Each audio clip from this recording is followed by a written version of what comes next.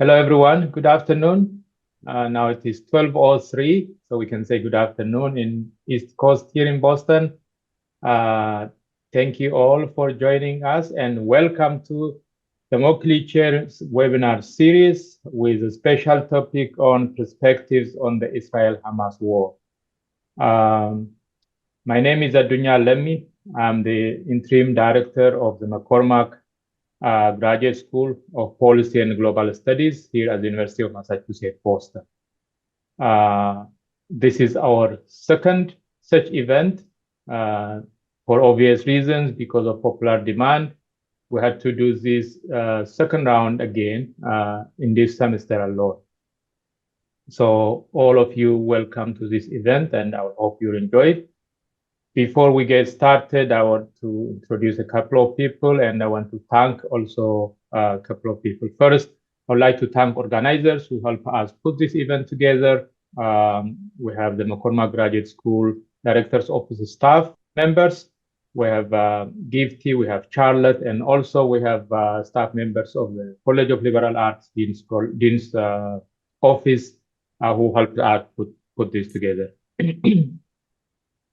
I have the privilege of introducing our guests today. I will first say a few words about the Moakley Chair and then introduce our panelists. The Moakley Chair is an internal part of the McCormack Graduate School. It was established in 2006 to honor the memory of the late Congressman John Joseph Moakley, who represented South Boston in Congress from 1973 until his death in 2001.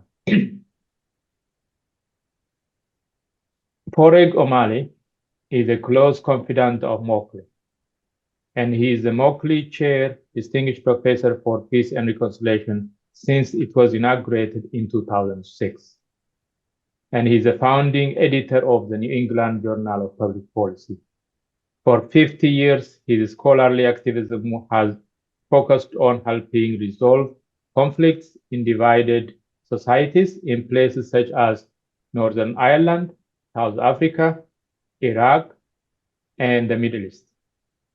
He is the author of numerous books, including The Two-State Delusion, Israel and Palestine, A Tale of Two Narratives, which foretold many of the events that we are seeing today. His recent book, Perils and Prospects of a United Ireland, was published in March 2023. Our two distinguished speakers today are Dr. Gershon Baskin and Samir Sanjawi. Dr. Gershon Baskin is the Middle East co-director of the International Communities Organization, a UK-based non-governmental organization running direct secret back channels of significant Israeli and Palestinian political and security personalities. Dr. Baskin is a veteran Israeli peace activist who has advised Israeli prime ministers and has negotiated with Hamas for 17 years. Between 2006 and May 2011, and officially from May 2011 and October 2011, officially, Dr. Baskin initiated and ran the secret back channel negotiation for the prisoners exchange between Israel and Hamas for the release of Israeli soldier Galdin Shalit, held in captivity for 5 years and 4 months. He is co-founder and co-director the Holy Land Bond, a UK-based impact investment fund for Israeli-Palestinian peace and reconciliation, and previously director and founder of the Institute for Education for Jewish-Arab Coexistence. He has written over 2,000 articles, policy documents, op-ed published in large variety of websites and newspapers, including the Times of Israel, the Jerusalem Post, and the Arabic newspapers Al-Quddus and the Hebrew news site Diamo.com. He sits on numerous peace movement boards, received numerous awards for both his peace work and journalism. Dr. Baskin, thank you very much for accepting our invitation to be here to speak to our attendees this afternoon. Thanks so much. Thank you.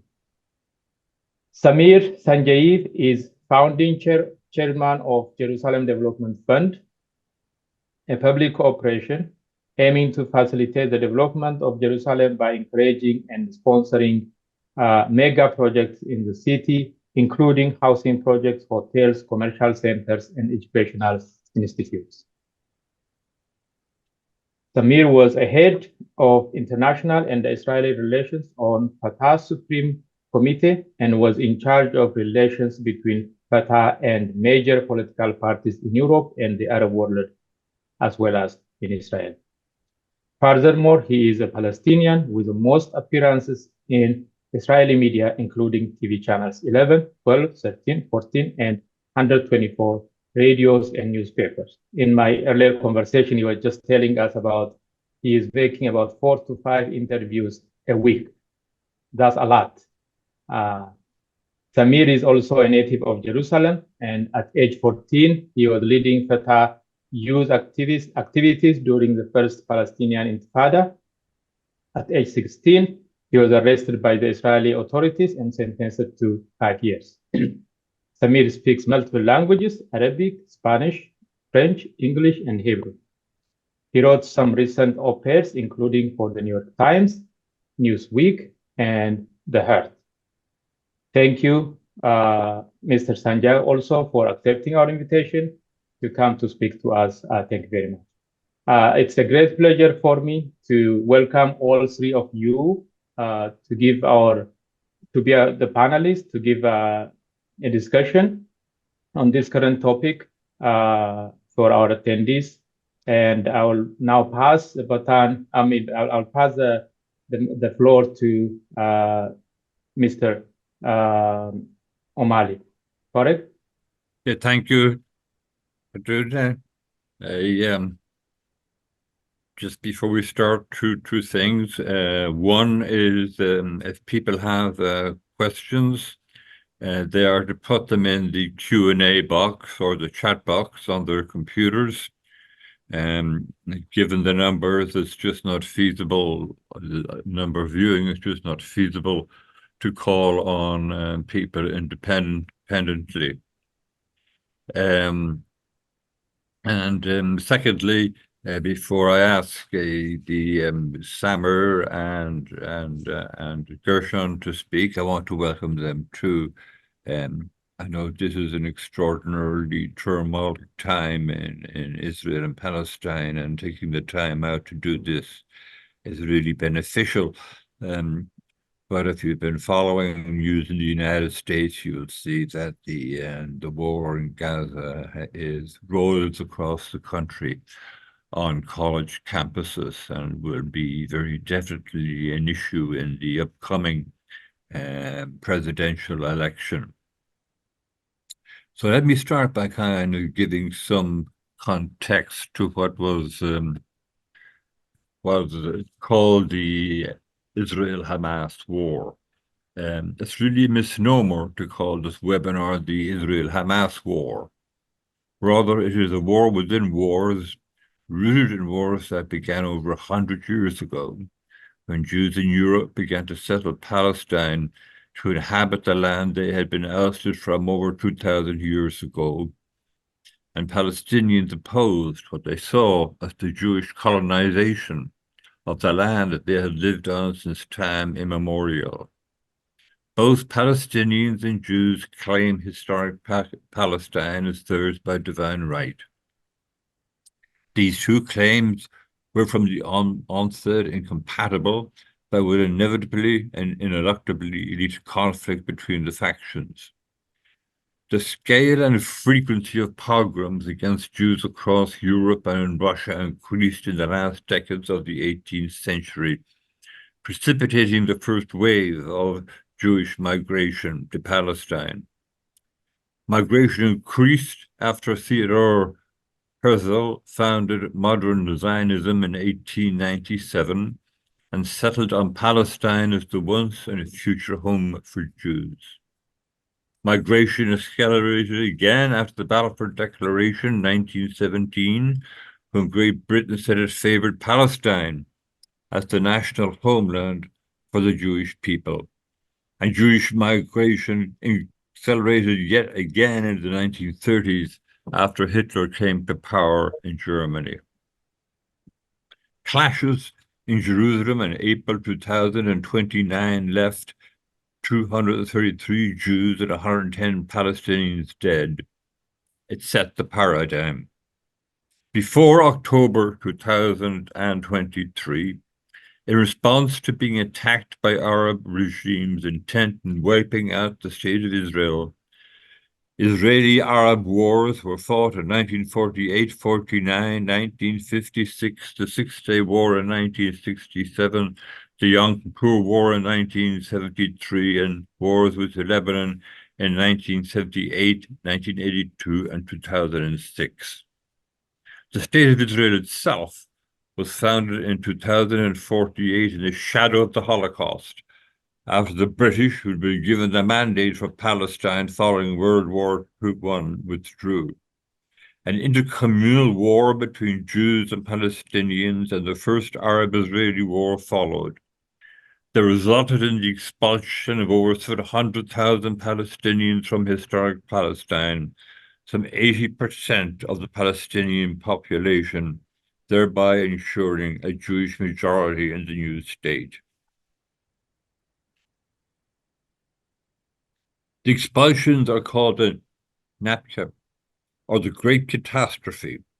To this day, the Nakba and its corollary, the right of return to their homes as mandated under UN Resolution 194, is the driving force behind Palestinian nationalism, especially in refugee camps across Gaza, the West Bank, Jordan, Syria, and Lebanon. And the Armistice Agreement signed in 1949 after the new state of Israel defeated the combined Arab armies gave Israel 78% of historic Palestine. The West Bank and East Jerusalem were annexed by Transjordan, as Jordan was known at the time, and Egypt got Gaza.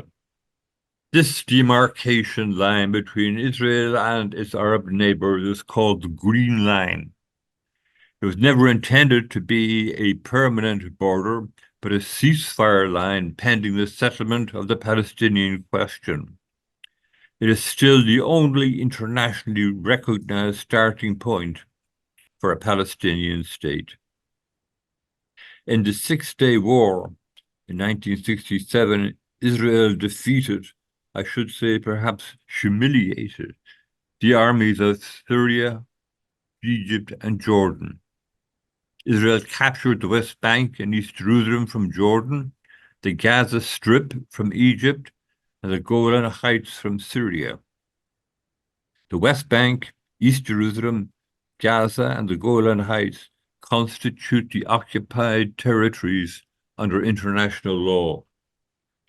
Israel annexed East Jerusalem in 1967, a violation of international law, and the Golan Heights in 1981, also a violation of international law.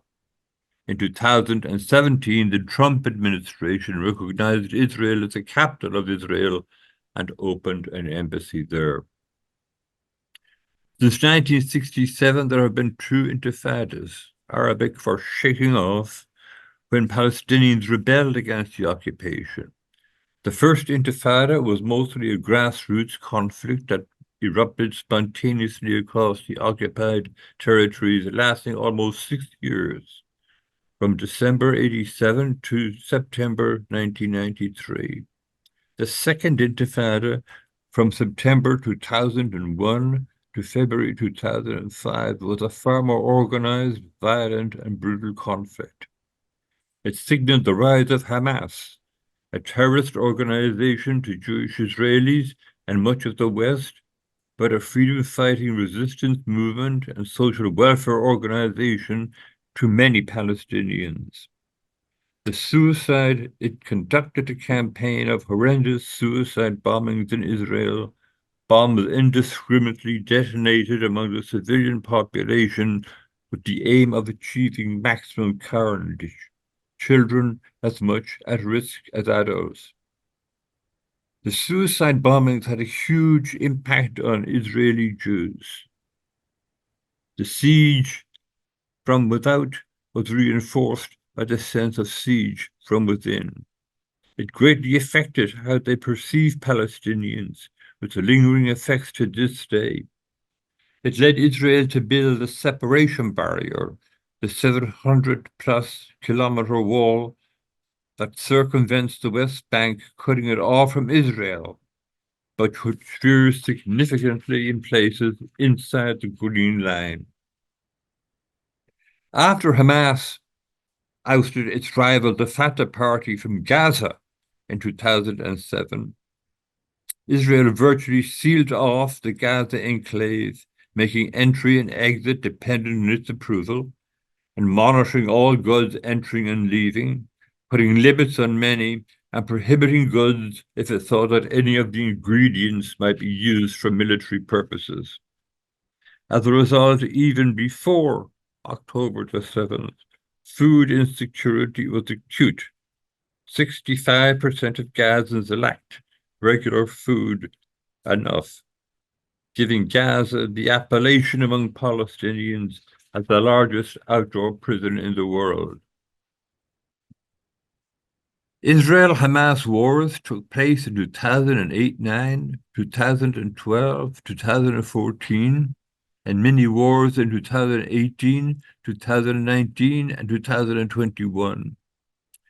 In most cases, conflicts follow Hamas firing hundreds of missiles into Israel in violation of international law, and in each case, Israel responded with massive force, levying much of Gaza. Each ended in a mediated ceasefire. You might call them mediation or negotiations by rocket fire. Then came October the 7th, 2023, when Hamas breached Israeli security and launched an assault on Kibbutzim and the vicinity of Arez. It was a brutal and savage assault targeting 1,200 Jews, of whom 800 were civilian, obliterating whole families, burning Jews to death in their homes, gang rape, sexual mutilations, and the taking of 240 hostages, some of whom have been subjected to sexual assault in captivity. One moral abomination was met with another. In response, the nation that had promised never again sought absolute revenge, not just to eradicate every vestige of Hamas from Gaza, but to do so with the ferocity that would send a message to all would-be enemies that there was no lengths to which Israel would not go to defend itself. So to date, 34,000 Palestinians dead, including 14,000 children, 75,000 injured, and at least 8,000 more buried under the rubble. Let me take that as our starting off point, and each of you feel free to kind of go back and forth between each other. But Gershon, I'd like you to address maybe three things initially, and you come in, Samer, when you wish. One is that I think it is difficult, I think, if you are not Jewish, to understand the impact of the October the 7th Hamas assault on the Jewish psyche. It kind of seems as though it put one of their foundational beliefs, that Israel was a safe home for Jews, in question. That's one. Two, why did October the 7th happen? I mean, why did the breach happen? And two, What accounts for its ferocity? I mean, Hamas is known for its adherence to the Islamic faith and for its discipline. And this looks like a mob that got completely out of control and killed in a frenzy. So let's start with those three questions. Okay, thank you, and good afternoon, everyone in Boston or wherever you are. What happened on October 7th for Israeli Jews, and I think for Jews around the world, is the biggest trauma that we have faced since the Holocaust. And this is its significance. More Jews were killed in one place at one time than since the Holocaust. And as you said, there was a belief after the Holocaust that there was a moral imperative for the Jewish people to create their own state so that they would never be subjected to the kind of violence and extermination that Jews faced during the Holocaust. Part of the ethos of the State of Israel and of the Zionist movement is that we can protect ourselves. We have done it very well for the past 75 years. We can't depend on anyone else to protect ourselves. And on October 7th, that ethos collapsed. No one could have imagined that Israel's border with Gaza could have been so easily breached. The army wasn't there. People were attacked in their homes on a holiday morning on the weekend, and no one was there to protect them. And this is what's traumatized Israeli society, not only the sheer numbers of 1,200 people butchered in the matter of hours and homes pillaged and the kind of atrocities created by Hamas. One of the biggest ones is at a Nova music festival where people were celebrating life and music and dancing, and 300 young Israelis were butchered at that festival. This was a shock to Israel.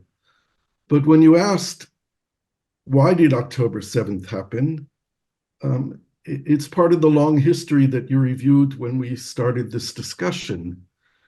We have been deluding ourselves, part of a coherent strategy fostered by the longest serving prime minister in the state of Israel, Benjamin Netanyahu, since 2009, that the Palestinian issue or the Israeli-Palestinian conflict is a conflict that can be managed. Netanyahu developed the belief or fostered the belief and the strategy that we don't have to really confront the Palestinian people. In fact, what the Palestinians did to themselves with the very strong encouragement of Israel is dividing their own camp, having two leaderships, one in the West Bank and one in Gaza. The one in Gaza was clearly defined by Israel and supported by a good part of the world, if not most of the world, as a terrorist organization that was devoted to the destruction of Israel.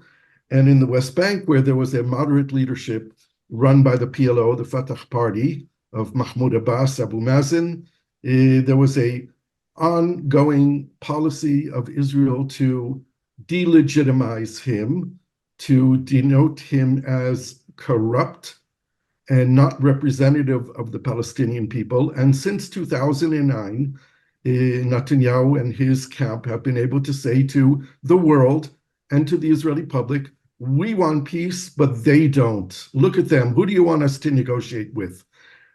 And that theory exploded on October 7th, 2023.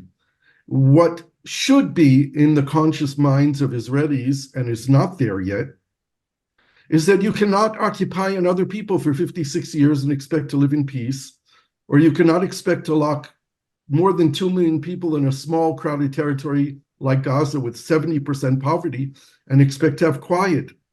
And that's essentially what we've done. Netanyahu was able to convince the world and the Israeli public that we don't have to deal with the Palestinian issue. The Palestinians will come around. We can make peace with the Arab nations. President Trump helped Netanyahu with the Abraham Accords, breaking down the wall of Arab consensus that no peace should be made with Israel until there is a Palestinian state established next to Israel. And that was undone when the United Arab Emirates and Bahrain, later Morocco, joined into the Abraham Accords. And the door was open to ongoing negotiations fostered by the United States to normalize relations with them at a time when the Israeli public, going through 4 rounds of elections, never even heard the name of the Palestinian people even mentioned during the elections. It was off the table. That's not the case anymore. The ferocity and the atrocities committed by Hamas, I think, are built up. It's a combination of a radical, fanatic distortion of Islamic belief, fostered by the mainstream leadership in Hamas, a belief that it is a commandment and a duty to die as a martyr for Palestine and for Allah and for Islam and for Al-Aqsa. I think this is a distorted view of Islam, but it was one that was fostered by Hamas as part of its growing out of the Muslim Brotherhood, in which it taught people in its society that this is what they need to do. And Hamas recruited its elite fighting force, the Nukhba force, from bereaved families since 2008, going around from home to home of bereaved families, recruiting the children, telling them that you need to join us, you need to become a martyr for Palestine, and you need to get revenge. And I think this is the source of the kind of violence that we witnessed on October 7th. We'll let Samer pick up from there. Yeah, just one small follow-up. Is again, because of the just huge ferocity of Israel's response, is laying the groundwork for a new generation of Hamas or other militants who will want to take revenge for the extended families who have been killed, for the martyrs in their families, rather than quelling Hamas. It'll just kind of lead to its regrowth. Maybe yes and maybe no. It all depends if there is a positive political outcome at the end of the day, at the end of this war, the day after the war, if there is a new, renewed international commitment to make the two-state solution real, to make Palestine real for Palestinians, then perhaps the new generation of young Palestinians can say, or as my good friend Samer says, we Palestinians will continue to look backwards with one eye and remember what they did to us, but maybe we can also begin to look forward with our other eye to new possibilities, to having the ability to liberate a part of Palestine and have independence and freedom and dignity without the use of an armed struggle, without violence. This is the hope, my hope at least, that we can move in a new direction following this horrendous war that's taken place in Gaza with so many innocent people being killed. So, Samer, 43,000 bombs dropped, 80% of the population displaced, buildings damaged, over 1 million people displaced, a new generation of refugees. What impact has this had on the Palestinian psyche?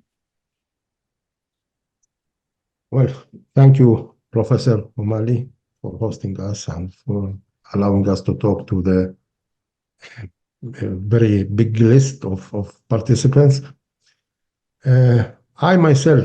I started my political life as a kid of an intifada. I was throwing stones in 87, and that's why I passed 5 years so I know what is this conflict about from different angles. And I'm a Palestinian who spent 35 years of his life in dialogue with the Israelis. And I can claim that I know very well the Israelis, I know very well the Palestinians. The challenge is how to be able to see this conflict from the eyes of the others. If we start each side feeling and learning what is it to be on the other side, we will have a better standing on how to get this conflict sorted. Both Palestinians and Israelis, they have a cocktail of feelings today, both of them.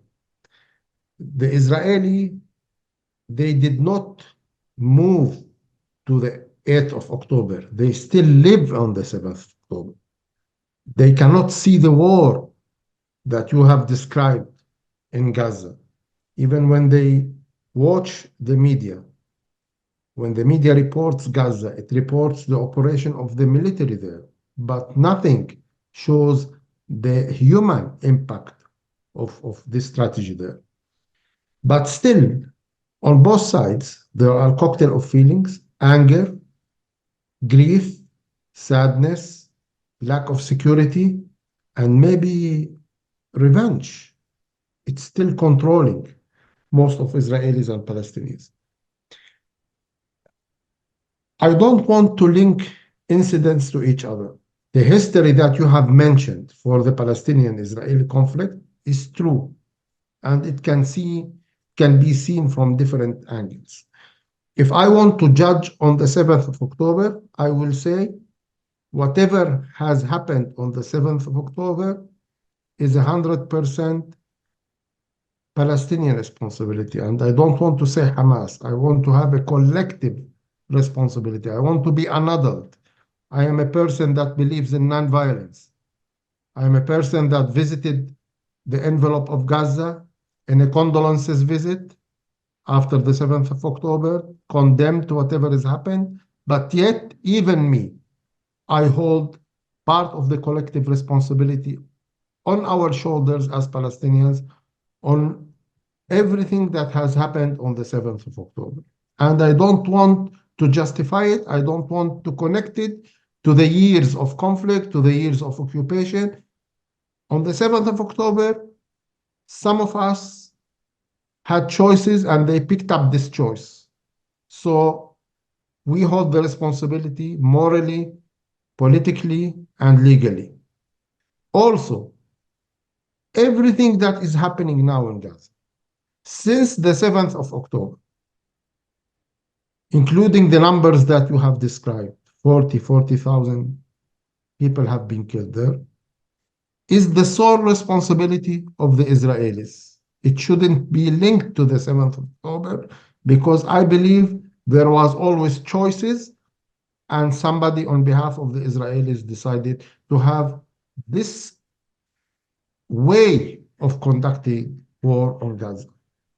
Me as Palestinian, I have a moral responsibility to condemn everything that has happened on the 7th of October, and I leave it to the Israelis one time to judge what's happening in Gaza and to decide whether it was accepted, moral or not. This is a big question to be left to the Israelis. I don't want to give an opinion on this. I leave it to them. My historical responsibility is to have a stand on what has happened on the 7th of October. But I would like to tell you something, Professor O'Malley. This conflict has taken us to a level, both sides, that we started acting as if everything is permissible. Every side can do anything on the other side. That a good cause, that the means justifies that the cause justifies the means. And it is catastrophe because I don't think that any cause can justify any means. If a Palestinian independent state, if the freedom of my own people, if I can achieve a state that I am working hard towards achieving it, can be achieved over the bodies of 1,200 Israeli civilians on the envelope of Gaza, I don't want this state. And I suppose that if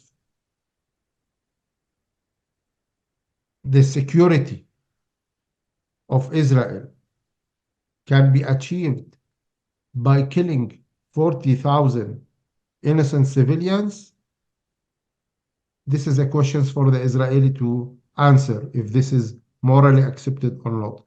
But for me, I think we need to put some moral red lines in this conflict. If we cannot solve this conflict now, we need to put some moral red lines. And we need to do it as quick as possible. Because we are losing our humanity. Before being Israelis or Palestinians, we are human beings, first of all. And we need to continue to remember dehumanizing the other side does not help. It reflects itself, dehumanization, hatred, and incitement. It's pandemic. If you leave it to go in one society, if you use it against the others, it comes back to you and it creates a lot of moral collapse. So we need to be very careful. You have mentioned about Hamas and Islam. The way I see Islam and the way I see Judaism, and I know both religions very well, the most sensitive issue in both religions is killing a human being. We are not allowed directly, it's known, it's clear, wherever you read the books in Judaism or in Islam, that we are not allowed to cause harm to others. Yet, unfortunately, and I don't know how, we are using this religion to justify the killing of the others. So what has happened on the 7th of October does not represent Islam, does not represent me. If it has happened because people are using Islam, are using good cause to justify very bad means. And whatever happens in this war, the price is very happy. I myself, I have trained myself very well not to have any hard feelings towards the Israelis. Because yes, they are causing a lot of damage during this war, but we are also have been trying to cause damage. Hard feelings will make us blind. We need to be very cool whenever we try to find a solution. And the only way out of this terrible tragedy, and whatever happens when this war ends, we both Israelis and Palestinians, we will realize that we are still here together in the same land, and there is no other choice but to find a way for coexistence. And it is possible that this war, if we have on both sides responsible leadership, they can take both people closer to coexistence. Now, what is the model of coexistence? I don't know. It could be one state, it could be two states, it could be 20 states. What's important is that we reach some kind of arrangements that will be accepted by 51% of both people. I'll stop here and we'll continue with other topics. We'll get to possible outcomes or where the glimmer of hope is later on in our discussion.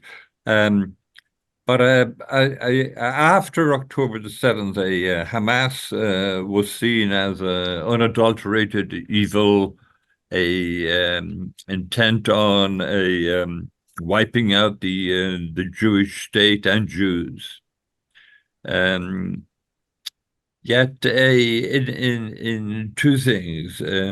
One is that in Israel, you have the ultra-Orthodox segment now in government that believes in a greater Israel, that wants to annex the West Bank and move all the Palestinians into Jordan or wherever, but essentially some kind of population transfer.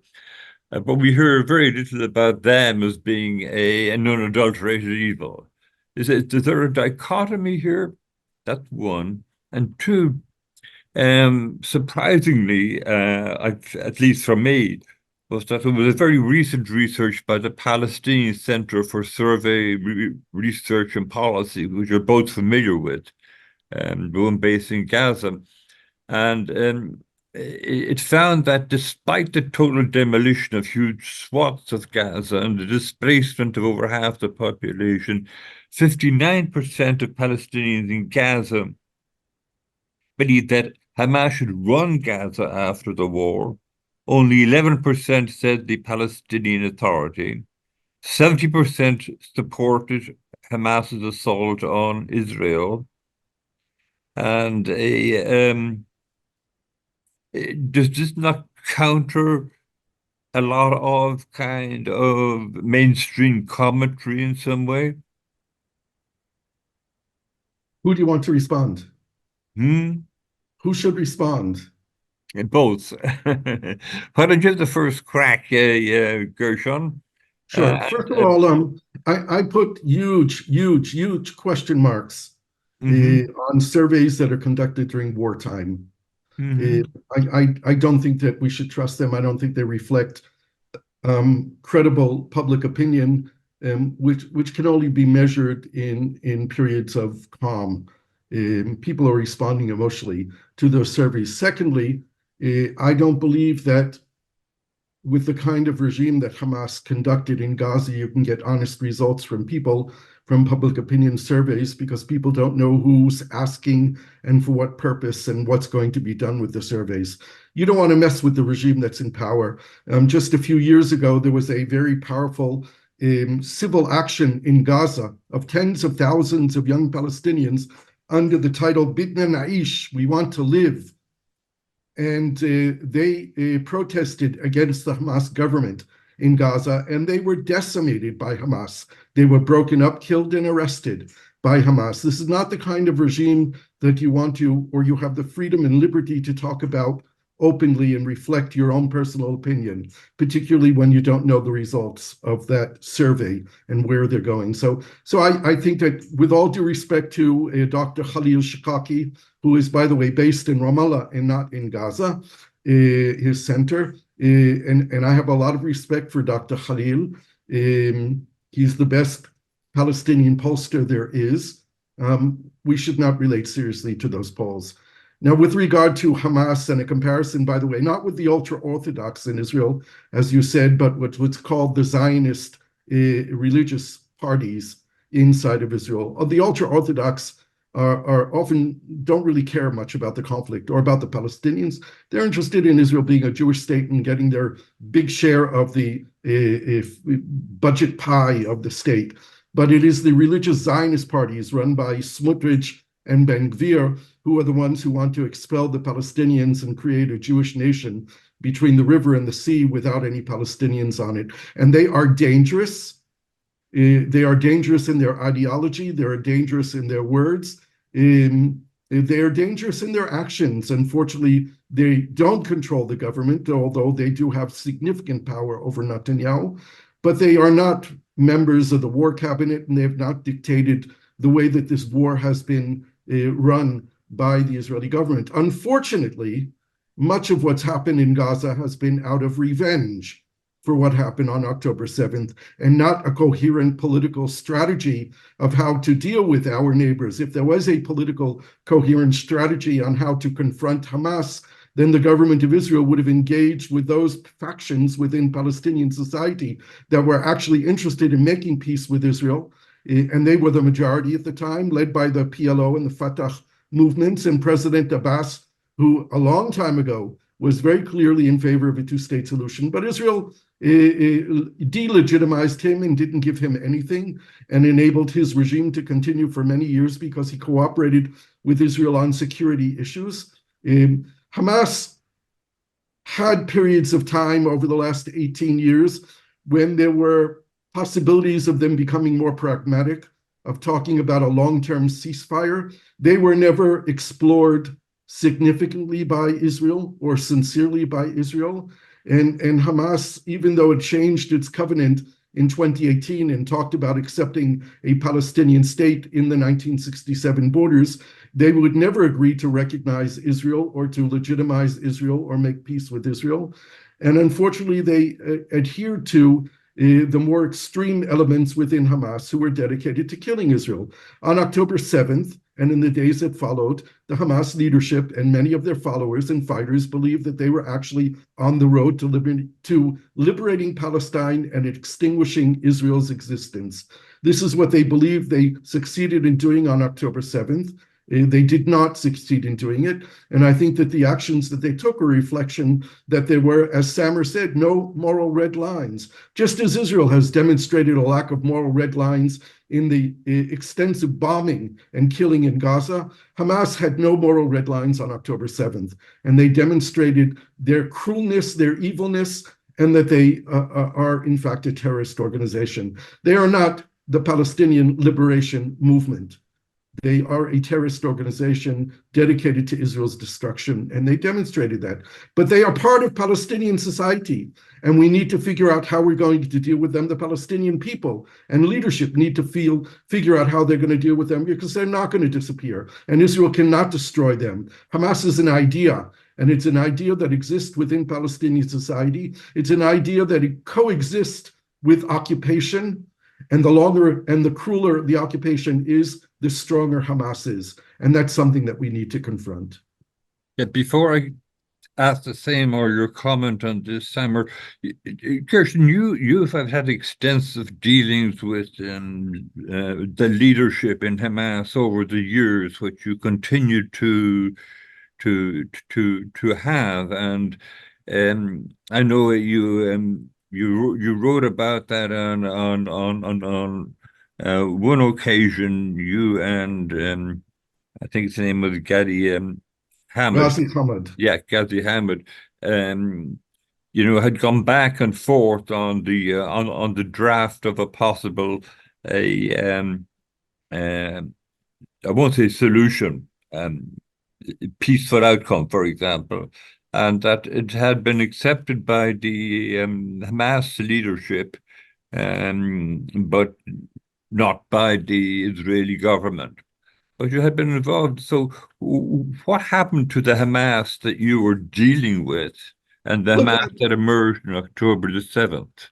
After Ghazi Hamid and I played a significant role in the deal that took place in 2011 with the freeing of the Israeli soldier Gilad Shalit and 1,027 Palestinian prisoners, of which Yahya Sinwar, the leader of Hamas in Gaza, was one of them, we began negotiating a long-term ceasefire.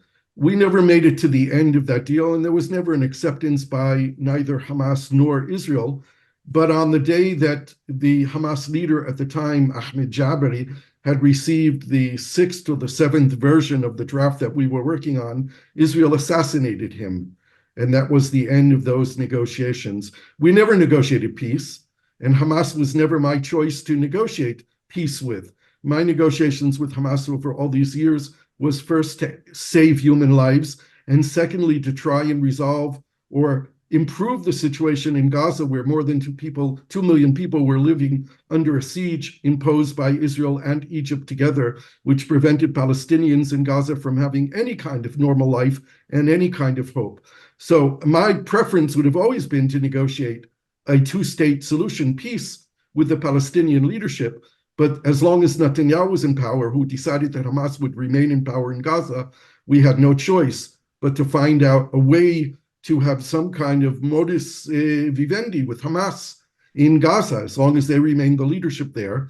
I will remind everyone that Hamas was elected in 2006, and Palestinians have not held elections since 2006. It's not as if this has been the ongoing choice of the Palestinian people to have a Hamas leadership. They've had no choice in the matter, as elections have not taken place since that time. Samer? Well, I totally agree with what Gershon has said on polls, especially during crises like this one. They don't reflect the horizons that we might have. They respect the current feelings of people.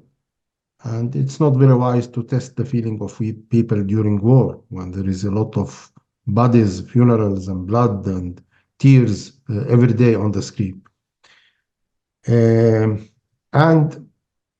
I know that the Palestinian people, maybe it's a little bit different than the Israeli people, but I think it might apply on both sides. I want to start mentioning something that has happened to me personally. When I was throwing stones at the first Intifada, my target was to liberate Palestine from the river to the sea.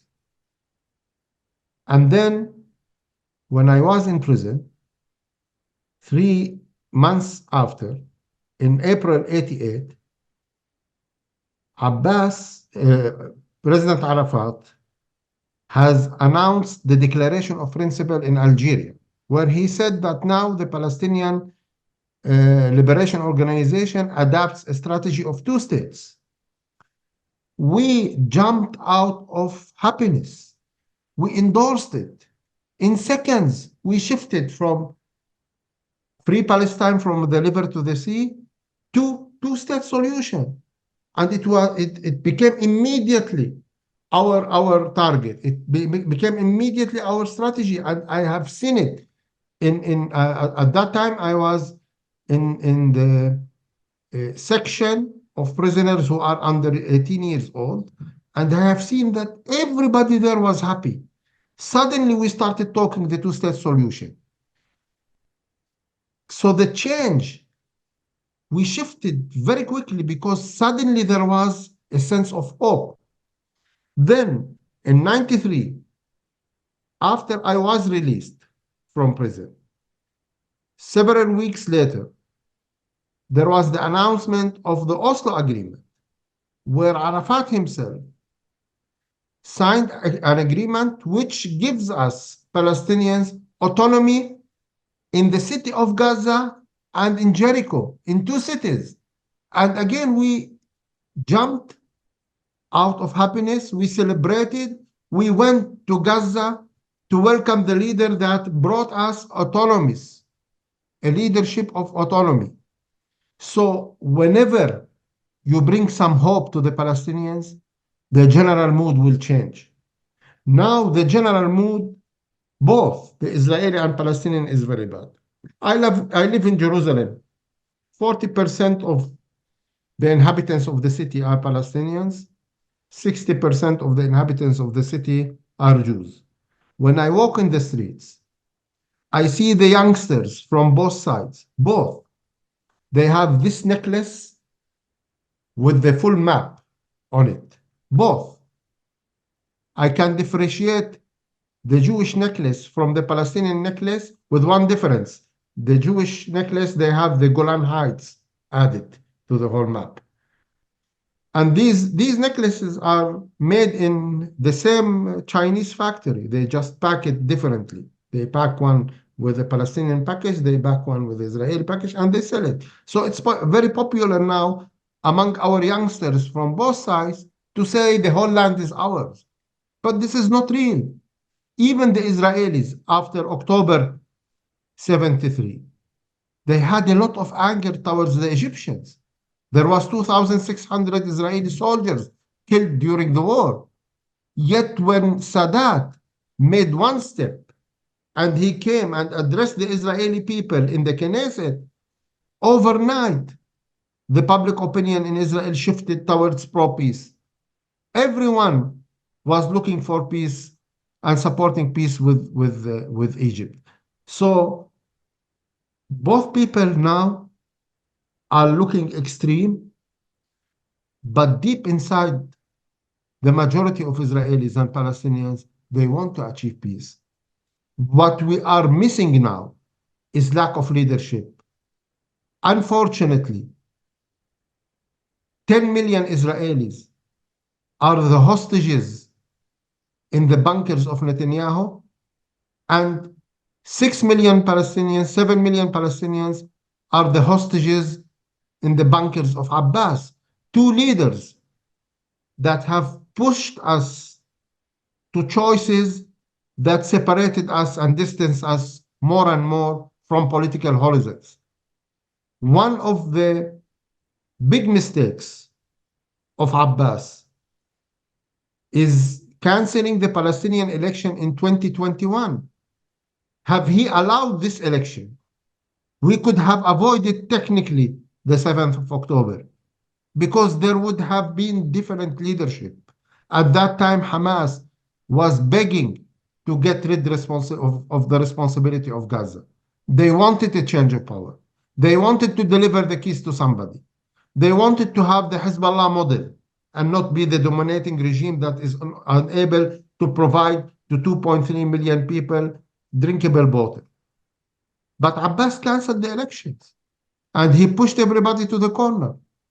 And I think at the same time, the Israeli prime minister continued allowing this Qatari poison money to go to Gaza, thinking that he is containing Hamas in Gaza. On the 6th of October,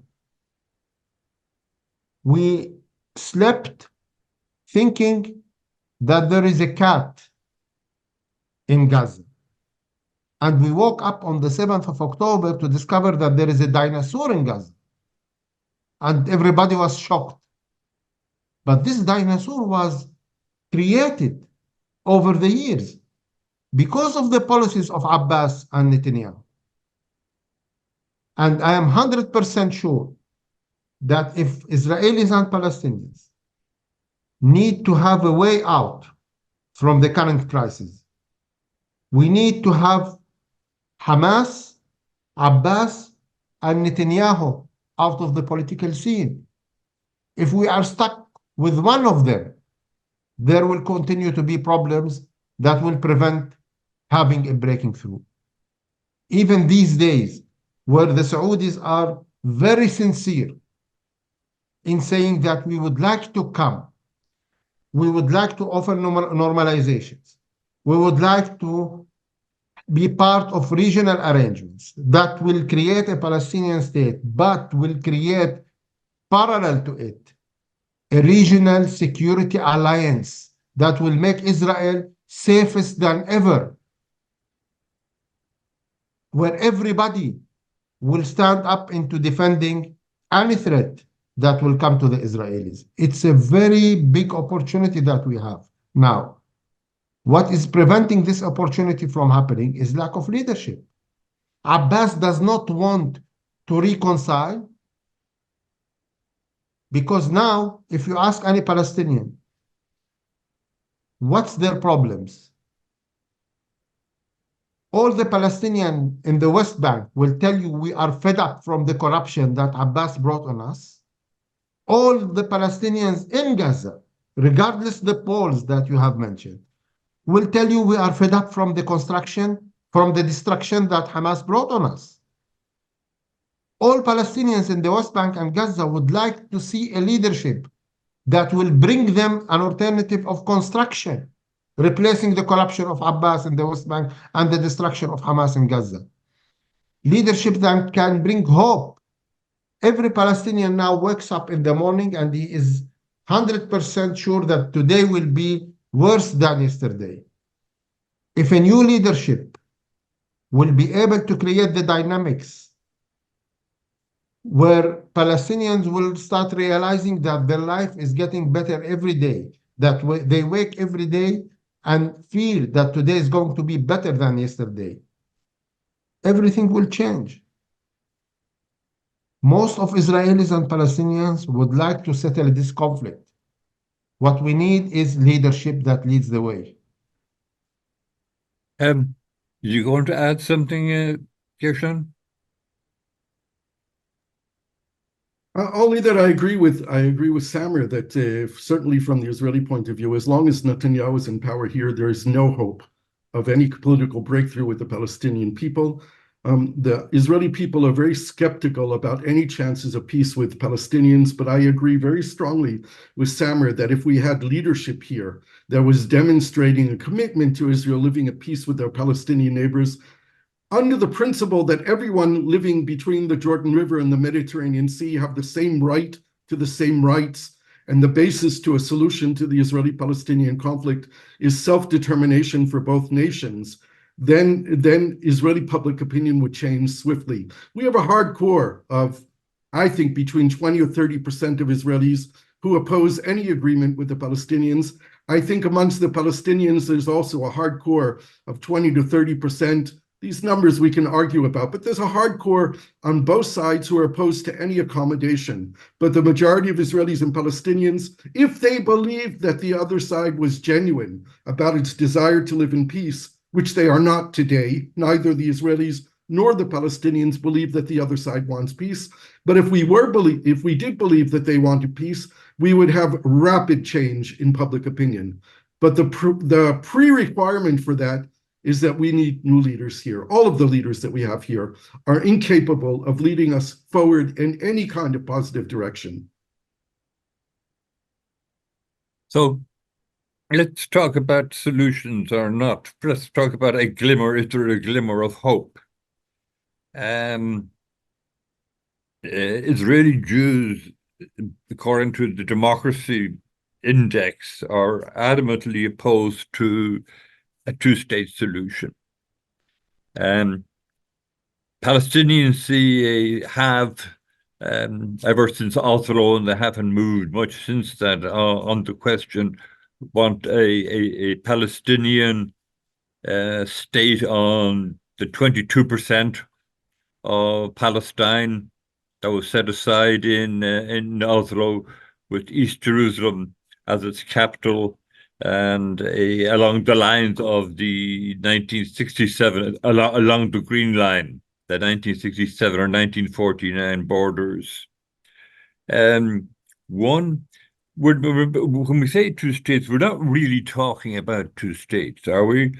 We're talking about one sovereign state and one that would have self-determination or wouldn't have sovereignty, because Israel retains the right to enter the Palestinian state, if you want to call it that, in search of a terrorist whenever it wants. And the new state wouldn't have an army, an air force, and a navy. So it wouldn't be sovereign in the sense that we understand that word to be. So this, in the end, would be an unequal solution in terms of the remit of both states, if we're talking about two states. Yeah, I don't agree with you, and I'll tell you why. First of all, as an old professor of mine used to say, sovereignty ain't what it used to be. Every country in the world that joins any international treaty gives up a piece of its sovereignty, including the United States, including Israel. When you join a treaty, or you make peace with another country, or you have diplomatic relations, you are in fact giving up a piece of your sovereignty. It is a sovereign decision to give up a piece of your sovereignty. We don't know what the security arrangements will be in the final status deal between the state of Israel and the state of Palestine. It is true that until now, in negotiations between the two parties, the Palestinians agreed that their state would be non-militarized. That is a sovereign decision for them to make. Costa Rica has no army. No one questions the sovereignty of Costa Rica. This is a decision that a sovereign country makes, what kind of defense arrangements it wants and what kind of aggressive powers it retains. There is no agreement between the Israelis and the Palestinians on whether or not Israel would have the ability to enter the Palestinian territory in pursuit of terrorists or not, because we haven't negotiated that. As Samer talked about earlier, we are looking now at a chance for a regional architecture of security and stability and economic development that might preclude any possibility at all of Israel ever entering within the Palestinian state, because there would be regional security arrangements, both on the external borders of the Palestinian state and between Israel and Palestine. If there are Arab peacekeeping forces made up of Saudis and Egyptians and Jordanians in Gaza, that will prevent Israeli incursion into Gaza. So these are questions that are up in the air. What is very true that you're saying is that there is no symmetry between Israel and Palestine. Israel is a well-established, rich and powerful country, and Palestine, when it becomes independent and recognized, will be poor and unstable and will have a long way to go to build its credibility as a nation in the community of nations. But that does not say that this is not a two-state solution. What is essential if we want to defeat Hamas and the extremist in Israel is that the two-state solution become real.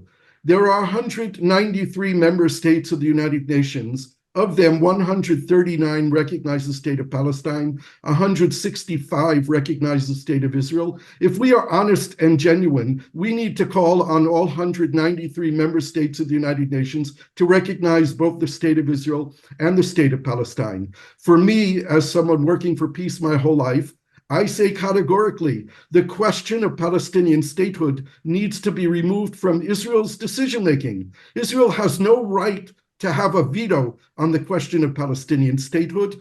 The United States failed miserably last week in the Security Council by once again vetoing the motion to recognize the state of Palestine. The state of Palestine is a non-member state observer in the United Nations. It needs to be a full member in the United Nations. It needs to be state number 194 in the United Nations. And this is something that we need to do if we want to defeat Hamas. That will not end the occupation. But when we get back to negotiations, which should not be bilateral, because the playing field is so unlevel and unsymmetric, it must be a regional negotiating table, and it must not be led by the United States, because the United States has failed in doing it every time. They are biased toward Israel. They adopt the Israeli positions and put pressure on the Palestinians, and that is never going to work. But we need a regional table. The question of statehood needs to be off the table, and then we need to negotiate borders and settlements and refugees and the future of Jerusalem and economic relations and etc. One thing should be clear. There is no possibility for peace if a two-state solution will be built on walls and fences and on limiting people's ability to move freely and to engage with each other. If we prevent contact between Israelis and Palestinians by the construction of walls and fences, which might be necessary for a period of time for security reasons, but if we do that, we will never have peace. Peace will only be established when we accept the idea that these two people living on the land each have a connection to the whole land. Each part of the land is important to both Jews and to Palestinians. Judea and Samaria are important to Israeli Jews. As we read our Torah, the stories take place in the hills of Judea and Samaria, not on the beaches of Tel Aviv. And Haifa, Ramla, Akko, and Jaffa are equally important to Palestinians as Nablus, Tulkarem, and Hebron. So we need to understand that we all have a connection to this land. We can have sovereignty over part of it and open borders and the ability to move freely and work and study and visit. This is the concept that we need to develop to foster real peace.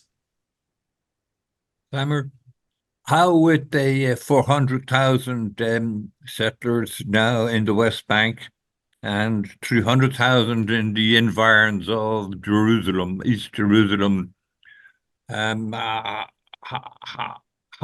does it not make the probability of a Palestinian state far more problematic?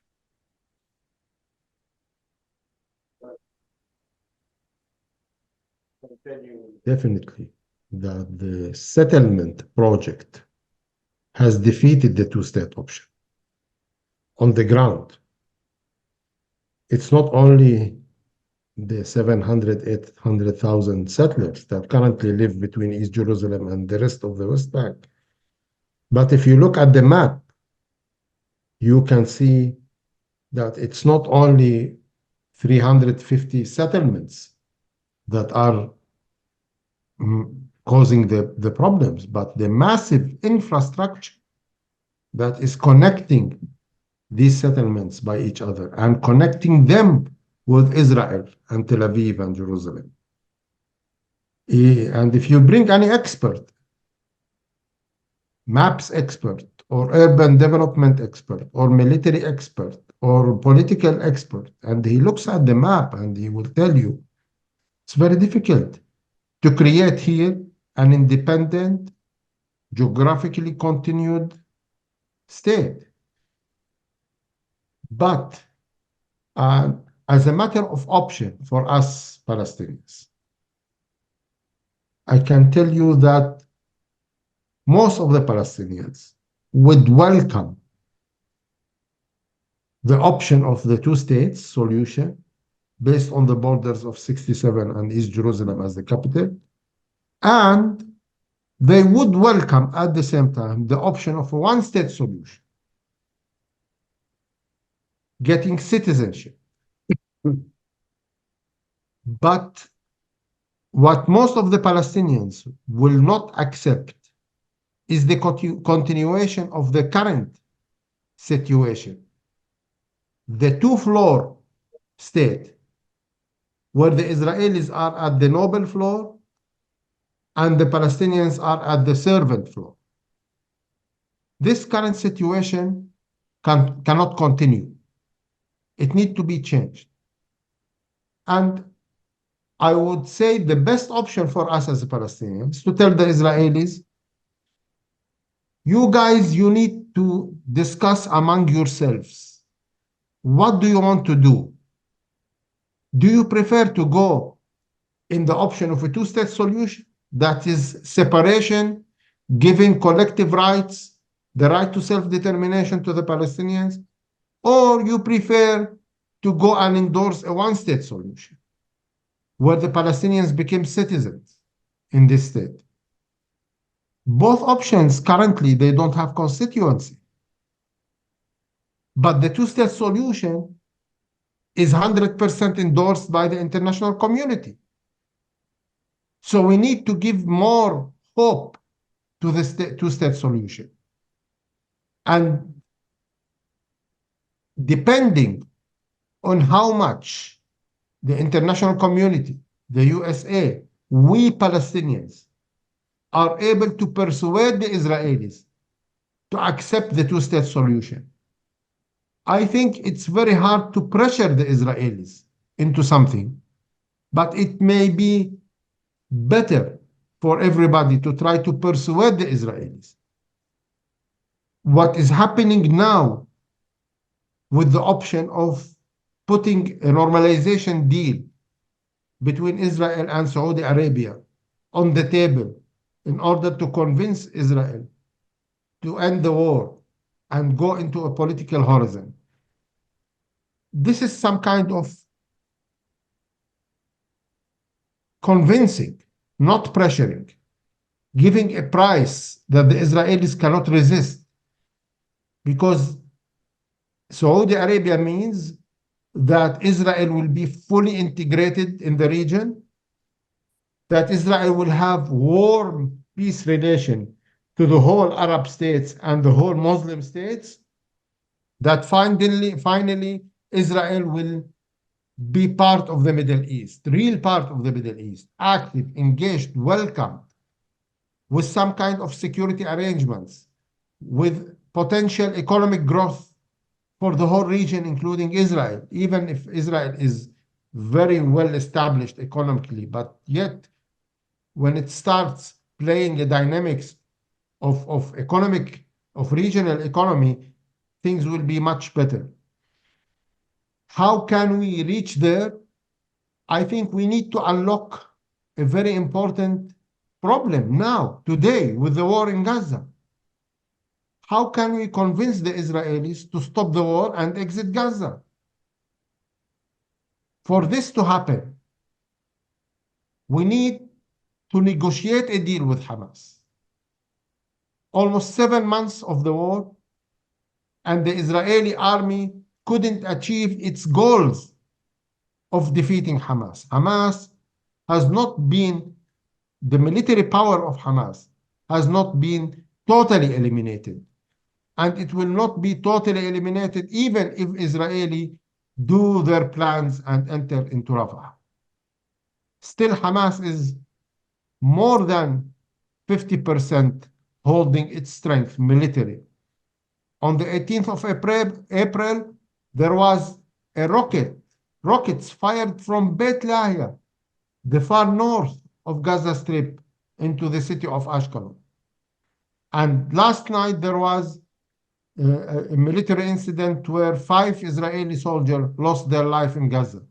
So Hamas is still there on a military level. In addition, that Hamas is, as Gershon said, an idea that is embedded in the society. So we need to find a Palestinian leadership that can take the keys of Gaza from Hamas, convince Hamas to deliver their arms, transfer Gaza into a friendly place towards Israel that will possess no threat to Israel, and from there exploring the potential of regional political development, political and security development with the Saudis involved.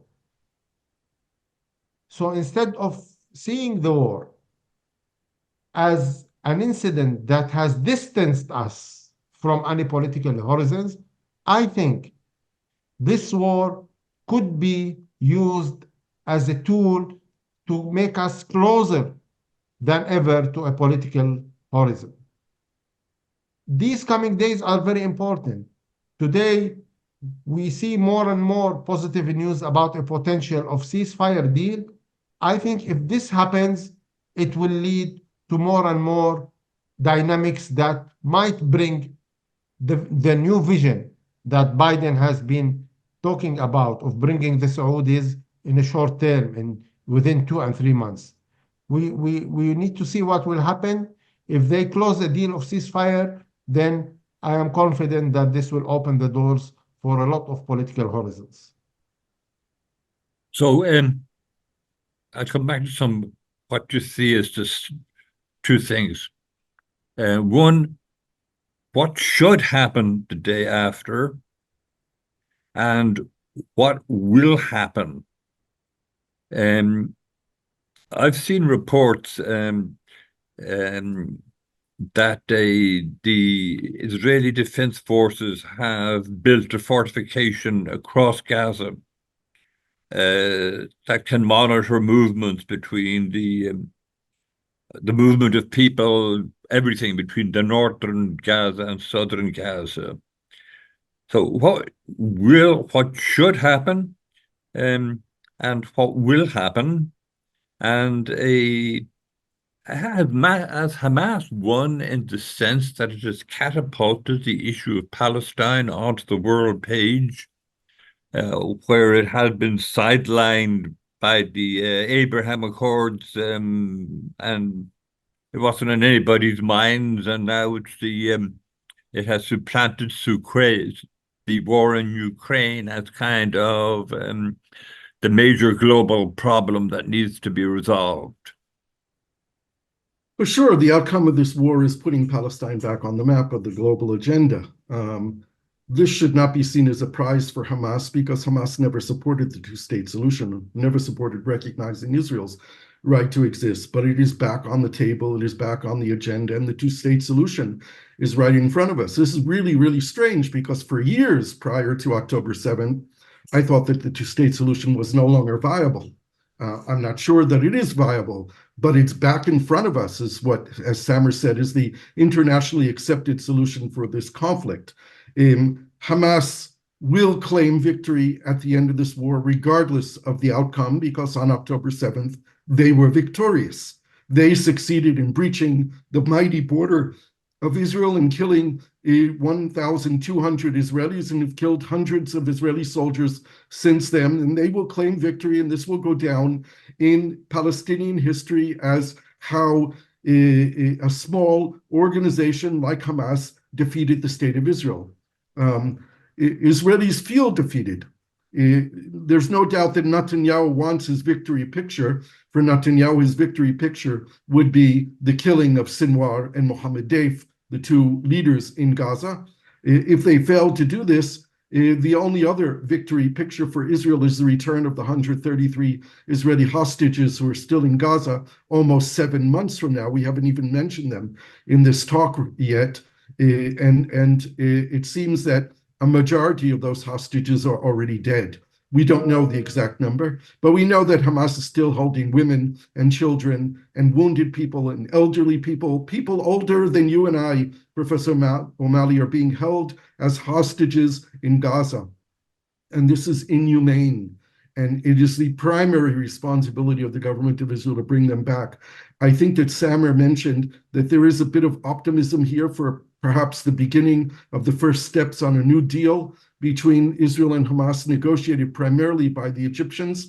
we are seeing somewhat optimistic announcements coming through the day. One of the requirements, the demands of Hamas that I don't believe that they will back down on, is that this corridor that you talked about that prevents the movement of people from the south of Gaza to the north of Gaza will be evacuated by Israel. There will be no deal with Hamas in which Israel will be able to prevent the free movement of people in Gaza.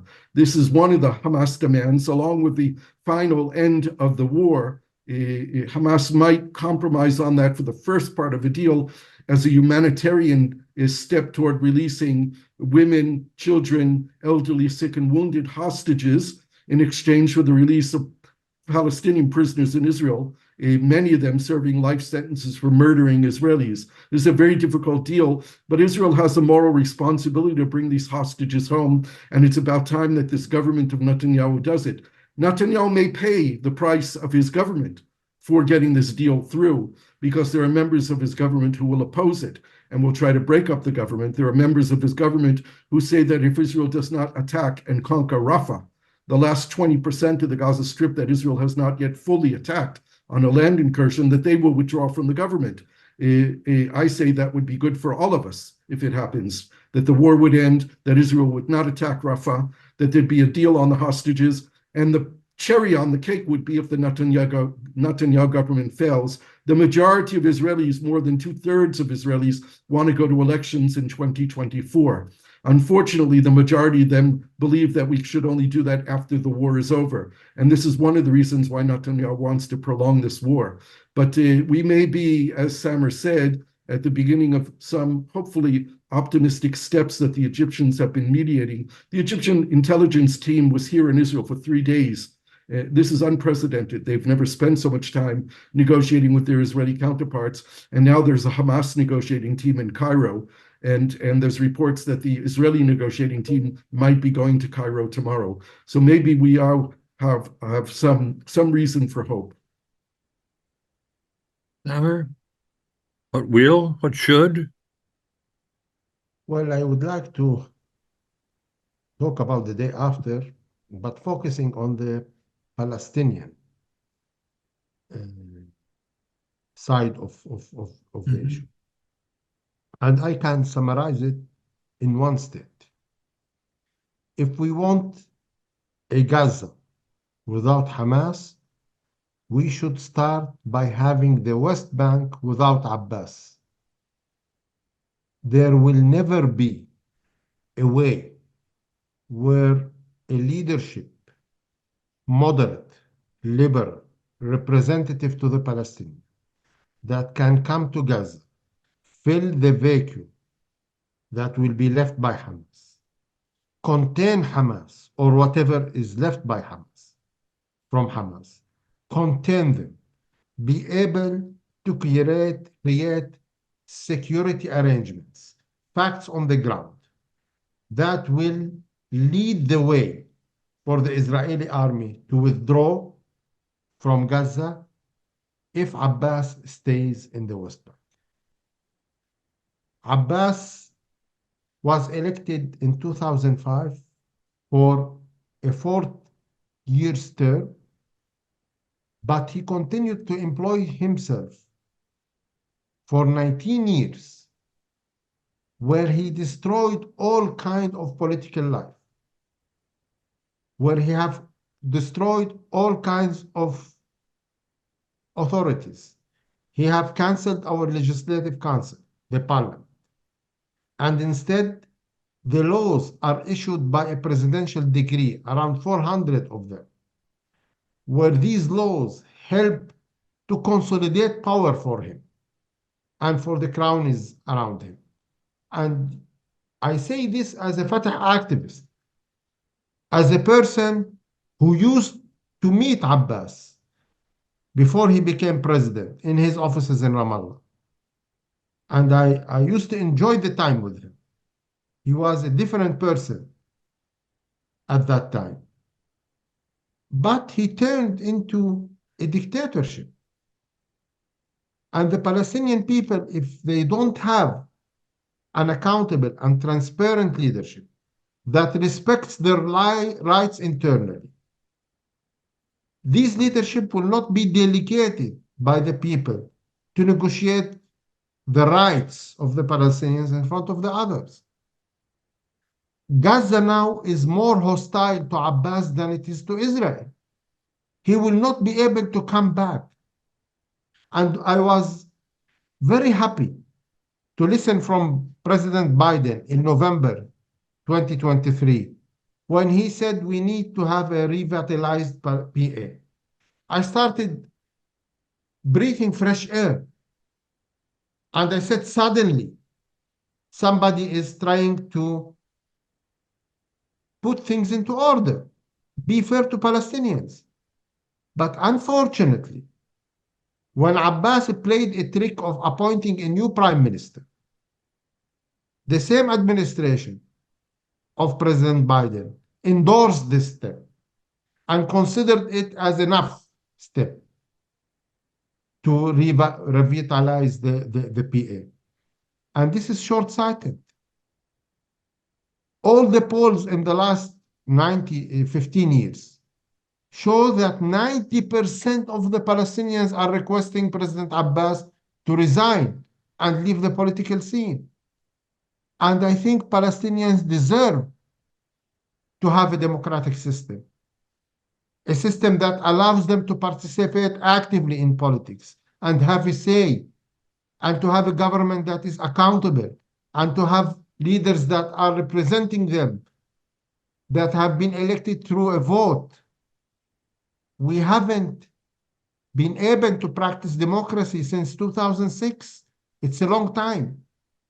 And it's time for a change of leadership. A change of leadership will automatically create a change of the public opinion and will create new dynamics. So to unlock the problem, we need to find a way where Mr. Abbas exits the political scene, be replaced with a more respected and representative leadership, and then fill the gap in Gaza, replacing Hamas, and then enter the dynamics of any horizons with the Saudis and the Israelis. Thank you. We're almost time up, and I'll ask just one final question. What should the United States be doing to facilitate the emergence of some kind of peace process? And I take your point, Gershon, that a peace process can't be led by the Americans. I mean, historically, back to Camp David and Taba and whatever, it has shown that it is not an unbiased interlocutor. What can it do to facilitate some kind of peace process? Well, first of all, I think that President Biden needs to act first and foremost out of the interest of the United States of America and President Biden. Because if he continues doing what he's been doing now with the war in Gaza, he will not win the elections in November.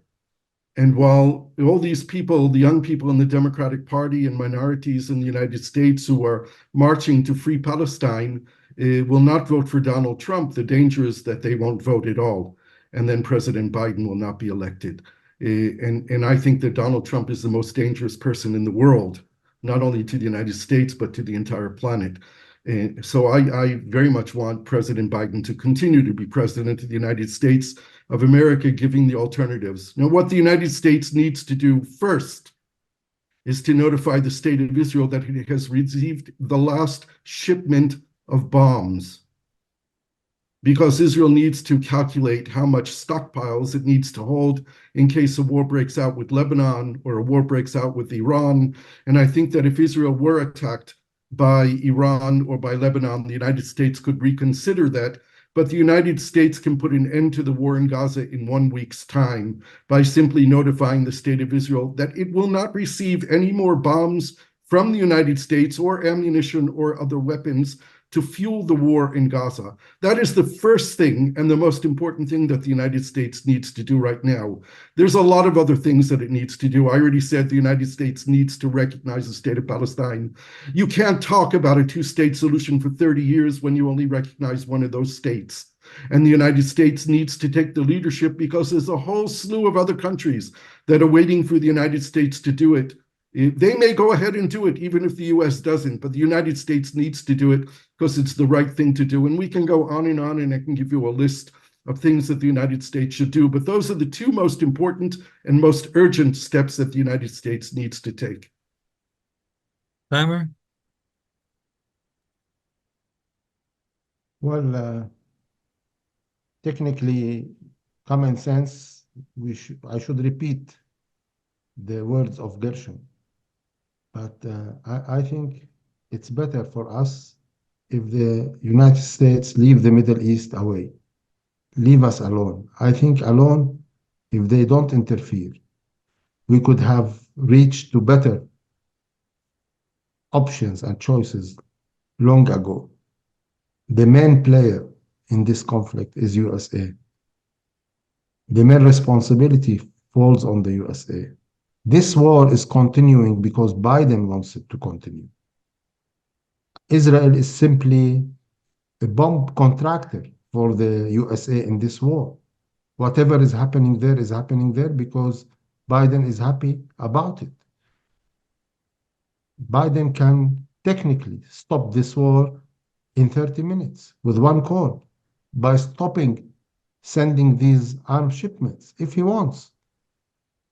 But I think the interference and the lack of depth of knowledge of the USA is causing lots of problems. And I speak especially on the internal Palestinian politics. Who keeps Abbas in power? It's the Americans. The Americans like him. He's providing a comfort zone for the Oval Office. They don't want to see energetic leadership like us coming to create new dynamics. They would like to forget about the Middle East. They don't want to touch it because the limit of political development in the eyes of the American president, any American president, is the majority of Israeli opinion. This is the basis and ceiling of any political horizons. They don't want to make a little bit of different efforts to create dynamics. And I said from the very beginning, we don't want to push or pressure any side. We need to create incentives. We need to persuade. We need to convince. We need to be involved. Now the current American administration talks only to Abbas. And they know that 90% of the Palestinian people does not respect him. Why they dared to invite Gantz as head of opposition to the White House and to Washington, D.C. They talk to all Israelis, but they talk only to one Palestinian because they care less about the Palestinians. And they need to have this kind of balance. They need to listen to the Palestinian people. And then when the Palestinian people say, this guy does not represent us, it means that he does not represent us. And if they continue supporting him, whatever they do, the Palestinian street will oppose it. The Palestinian street does not trust Abbas, will not give mandate to Abbas to go one step ahead in any direction. A change of leadership on the Palestinian side is step number one. Then everything is possible.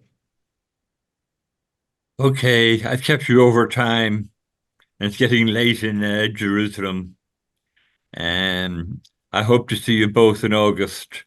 And I really want to thank you for taking all of this time for a very informative discussion. And I hope our audience, we had over 300 registered people for this webinar, which, given the size of this university, is it sparked an awful lot of interest. And you're both terrific. Thank you ever so much. Thank Yeah. you. Thank Thank you. you. Thank you. Yeah. Bye. Bye-bye.